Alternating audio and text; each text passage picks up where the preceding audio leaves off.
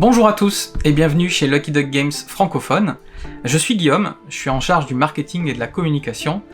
Et aujourd'hui, dans le cadre du salon Jeux et Jouets de Québec, je vais vous parler du mariage réussi entre le jeu de société et l'application mobile.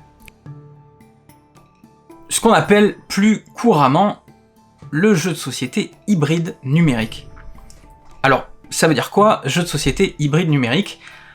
Le jeu hybride, comme son nom l'indique, c'est un mélange ou un assemblage. Je raconte souvent que le jeu hybride, le jeu de société hybride, peut être raisonné comme un vin, comme un assemblage de cépages. Et ici, dans une logique d'innovation, chez Lucky Duck Games et chez d'autres éditeurs, on a essayé d'associer les éléments du jeu de société avec la technologie numérique. En quoi ça consiste ? Vous prenez des éléments de jeu de société classiques, des pions, des cartes, un plateau, et vous allez les associer avec votre smartphone ou votre tablette. Concrètement, cet assemblage va pousser l'expérience du jeu de société à un niveau jamais atteint, et c'est là où chez Lucky Duck Games, on est allé chercher l'innovation. Donc tout au long de cette conférence, je vais vous présenter les atouts, mais aussi les freins qui peuvent souvent se présenter au travers du jeu de société hybride numérique.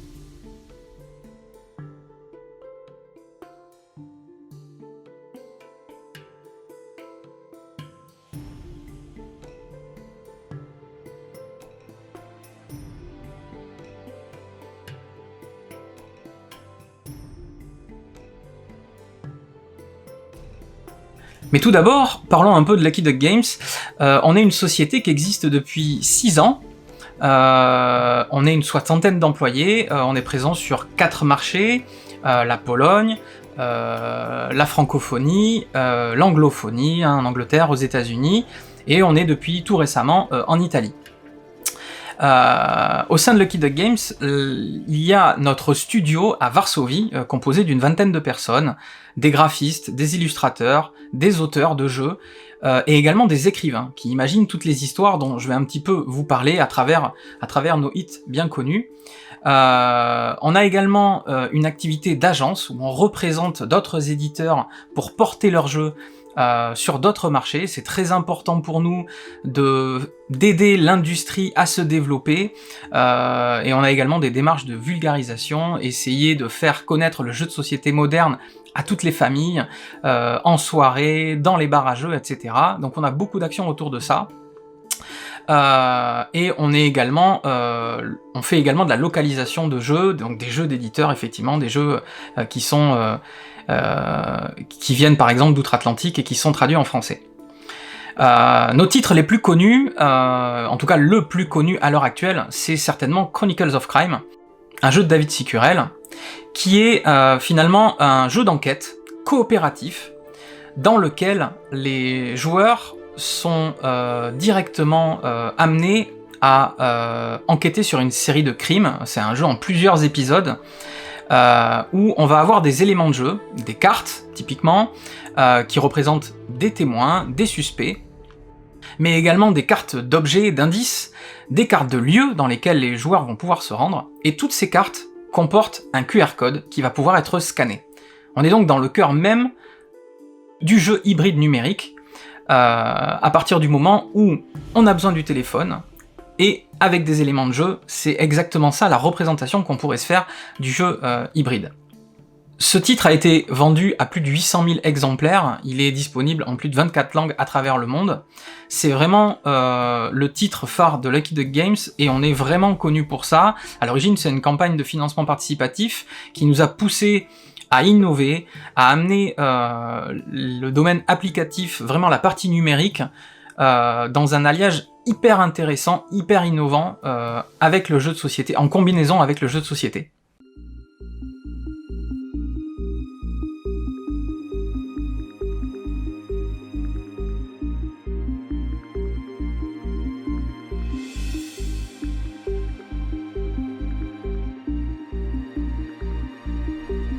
Et on a décliné ça dans un autre titre, pour lequel on est également bien connu, qui s'appelle Destinies, qui amène des éléments de jeu de rôle, donc vraiment une narration comme on peut la retrouver dans Chronicles of Crime, dans toutes les enquêtes. On a une narration, mais là cette fois on est dans un jeu compétitif. Dans Destinies, les joueurs vont être guidés par l'application, au cœur de l'histoire, et vont devoir évoluer à partir de l'exploration de cartes, de tuiles, et d'objets qu'ils vont trouver, et toute une série de tests, de compétences, pour pouvoir accomplir leur destinée.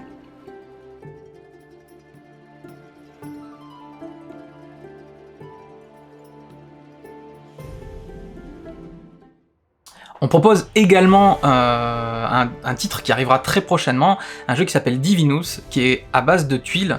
On est dans l'affrontement des dieux nordiques et des dieux de la Grèce antique.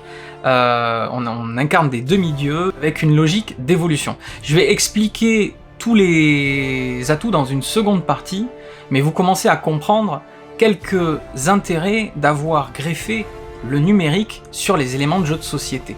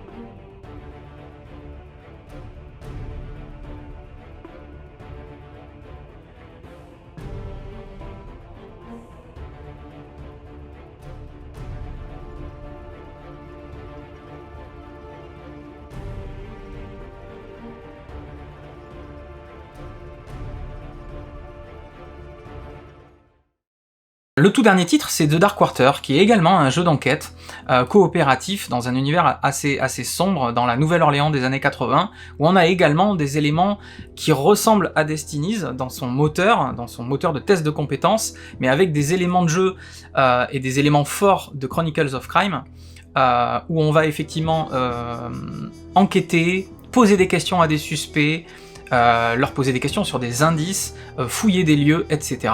Alors concrètement, c'est quoi les atouts du jeu de société hybride ? Déjà, une simplicité d'accès. En fait, il suffit de télécharger l'application et on est tout de suite lancé dans le jeu.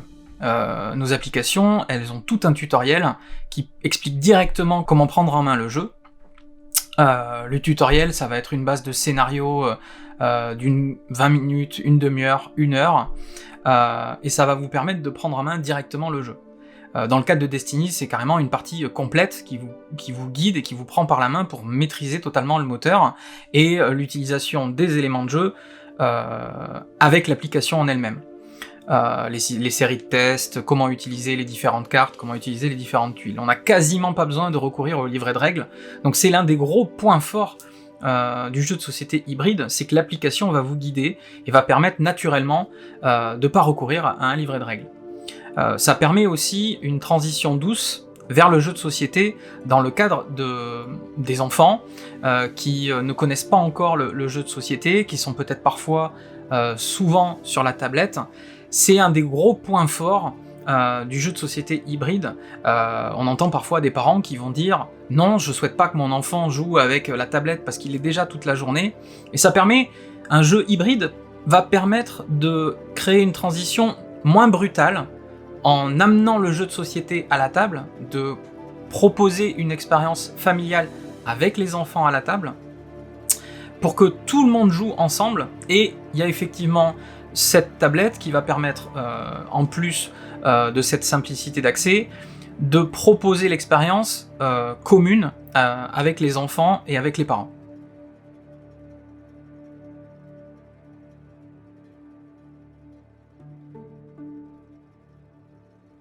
L'autre point fort de l'hybride numérique, c'est que l'assemblage va proposer une immersion bien supérieure. Dans un jeu de société classique, on a les éléments de jeu, on a les cartes, on a le plateau, on a les plateaux, et on a les pions, on a les jetons, on a éventuellement du matériel de figurines, des choses comme ça qui vont proposer une immersion.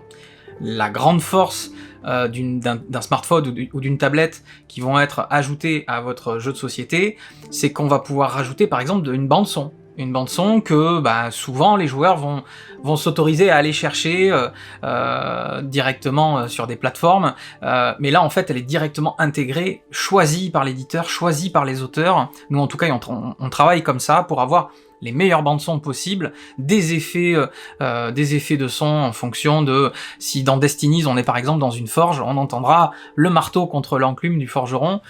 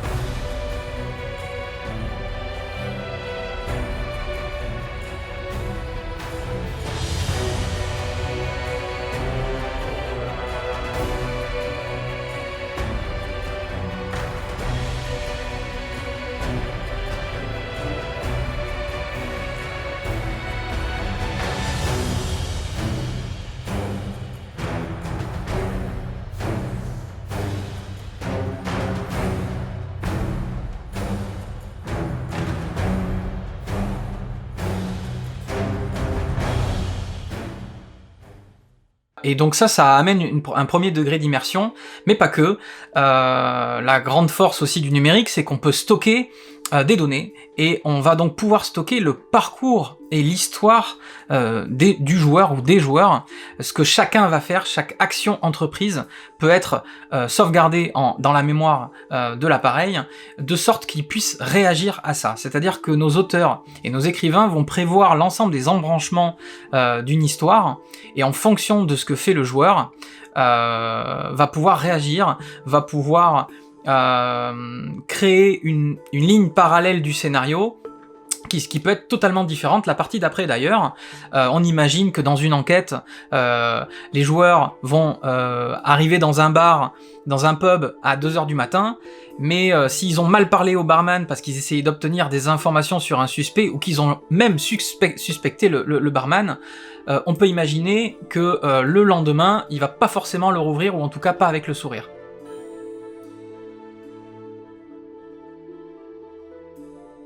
Ça, c'est le genre de choses qu'on peut faire en plus grâce au numérique. La dernière chose, c'est là où je parlais un petit peu d'innovation dans nos jeux, et on remercie la communauté pour ça, de nous suivre sur nos différentes campagnes, c'est que on propose dans Chronicles of Crime des scènes de réalité virtuelle. On a directement notre téléphone dans une scène à 360 degrés pour mener l'enquête comme si on était sur place. Ça, c'est possible avec des éléments de jeu de société, avec une carte, mais là on est complètement au milieu de la scène. Il suffit de tourner sur soi-même pour regarder en haut, en bas, sur les côtés, chercher des indices. Et pendant ce temps-là, le reste de l'équipe n'est pas inactive. Elle va regarder l'ensemble des types d'indices qu'on peut avoir. Là, j'ai vu des traces de sang, j'ai vu... il y a un livre, il y a un parchemin, il y a... voilà, donc dans toutes les différentes ambiances qu'on propose, on a différentes thématiques sur Chronicles of Crime.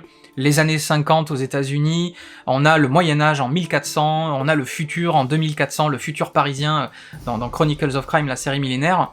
On amène les joueurs dans un Paris hypothétique futuriste, et on va résoudre des enquêtes.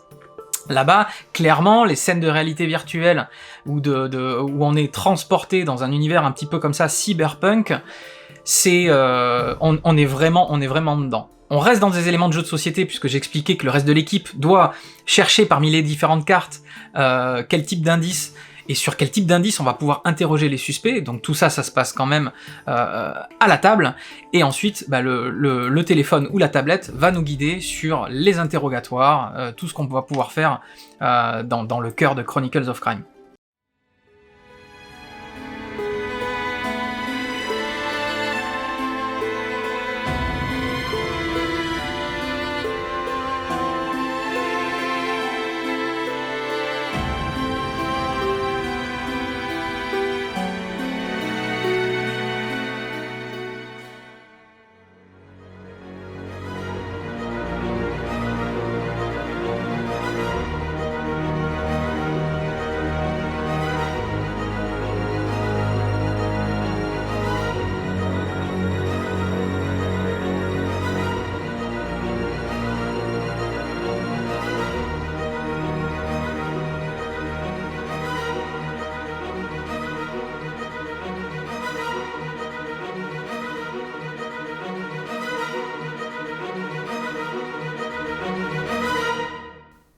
Un des gros points forts du jeu de société hybride numérique, c'est qu'on peut proposer un contenu sans limite.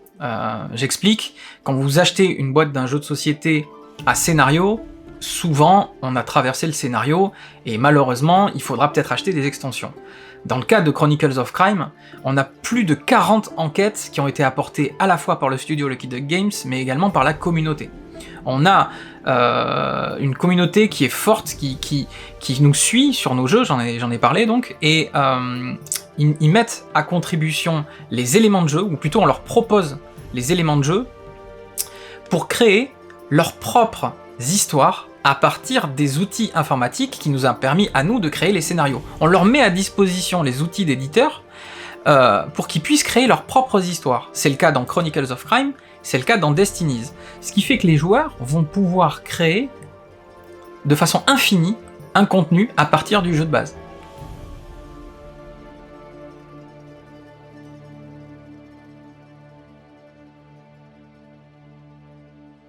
Nous, on va proposer des extensions pour proposer du contenu supplémentaire. Je pense à Destinies, qui amène effectivement les joueurs dans un univers dark fantasy, avec l'extension qui amène sur le nord de l'Afrique. L'extension s'appelle Mer de Sable, et elle amène sur le nord de l'Afrique, donc on a des nouveaux composants dans le désert, on a des objets, donc on a le chameau qui va être avec nous, on a différentes cartes qui font appel à ce folklore-là. Et on a une autre extension qui s'appelle Mythes et Folklore, qui ramène avec des gargouilles, avec toute une série de différents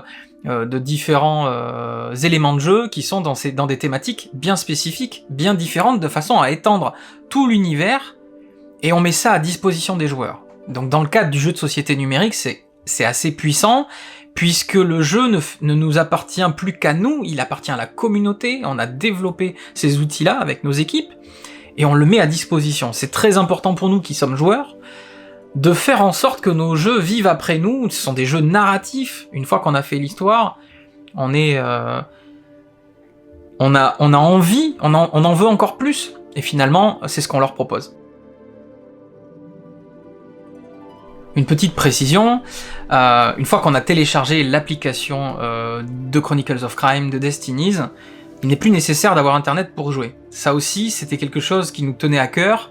Il y a aujourd'hui beaucoup d'applications qui nécessitent une mise à jour en temps réel, etc. Quand vous avez chargé le contenu, vous pouvez jouer avec ce contenu-là.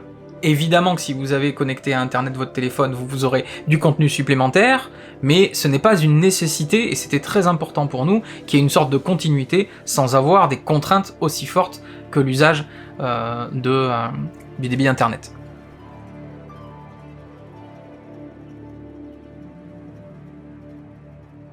Donc on a parlé un petit peu des atouts du jeu de société, hybride numérique, l'immersion, l'accessibilité, pas besoin de lire les règles, ou très peu, et cette notion de contenu sans limite. Ça, c'est vraiment les trois forces du jeu de société hybride numérique, mais on rencontre parfois des freins.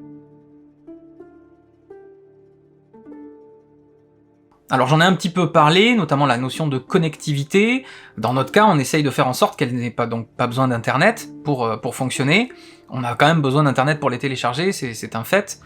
Il y a un autre frein qui est principalement lié à l'actualité et certainement aussi à l'époque dans laquelle on vit, c'est que les enfants, puisqu'on va parler de ça aujourd'hui, les enfants peuvent être amenés à consommer beaucoup du digital.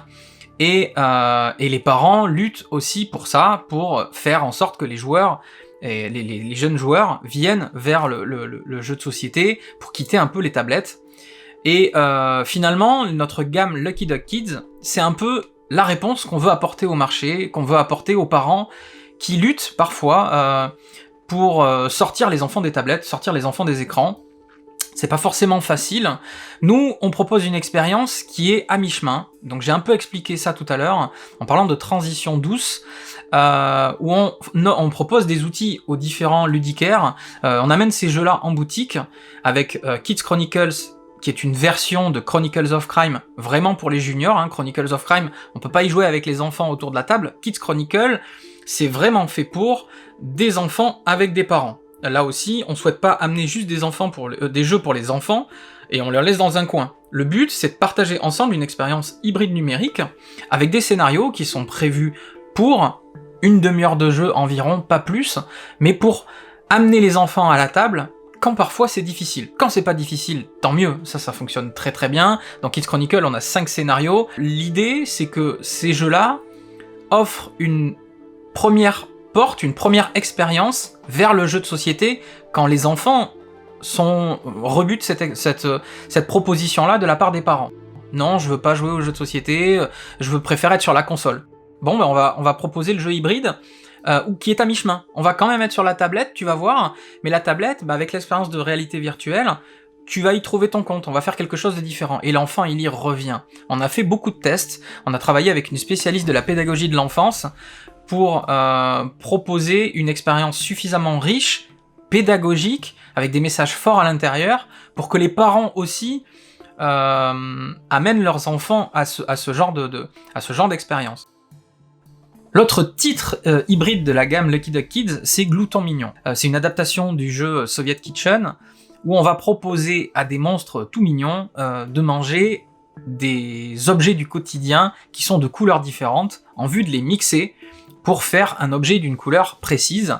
Ça propose un apprentissage des couleurs, donc on est dans une autre thématique que Kids Chronicle. On a vraiment proposé 2 jeux bien différents. Donc Kids Chronicle, on est sur de l'immersion, les enfants jouent des apprentis sorciers dans un monde magique et essayent de retrouver les pierres de lune. Et de l'autre côté, avec Glouton Mignon, c'est plutôt un jeu très direct, assez addictif pour l'expérience. On a les cartes sur lesquelles il y a les objets, sur 4 épisodes à l'intérieur du jeu, et une expérience très à la fois en rebond, donc effectivement c'était pas la bonne couleur, donc essaye une autre couleur, etc. Voilà, on a quelque chose de très à la fois de très ludique, mais également un petit peu pédagogique, donc c'est adapté aux 6 ans et plus, un petit peu pédagogique pour proposer comme ça 2 expériences riches, très différentes sur le jeu de société hybride numérique pour les enfants, pour les familles avec enfants.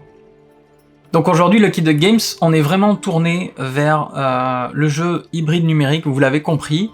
C'est notre façon à nous d'aborder le marché avec une réponse un peu à la fois caractéristique et d'essayer de tirer notre épingle du jeu, même si parfois il y a des ratés, on en a conscience, on a vraiment la volonté de persévérer dans cette voie qui va créer des ponts avec la communauté de gens qui ne font pas du jeu de société ou les grands jeux de société classiques. J'ai parlé tout à l'heure de vulgarisation.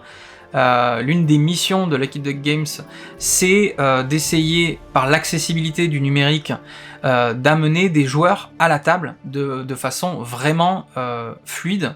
Quand on est en soirée, on va pouvoir facilement amener des nouveaux joueurs à faire une enquête de Chronicles of Crime, par exemple.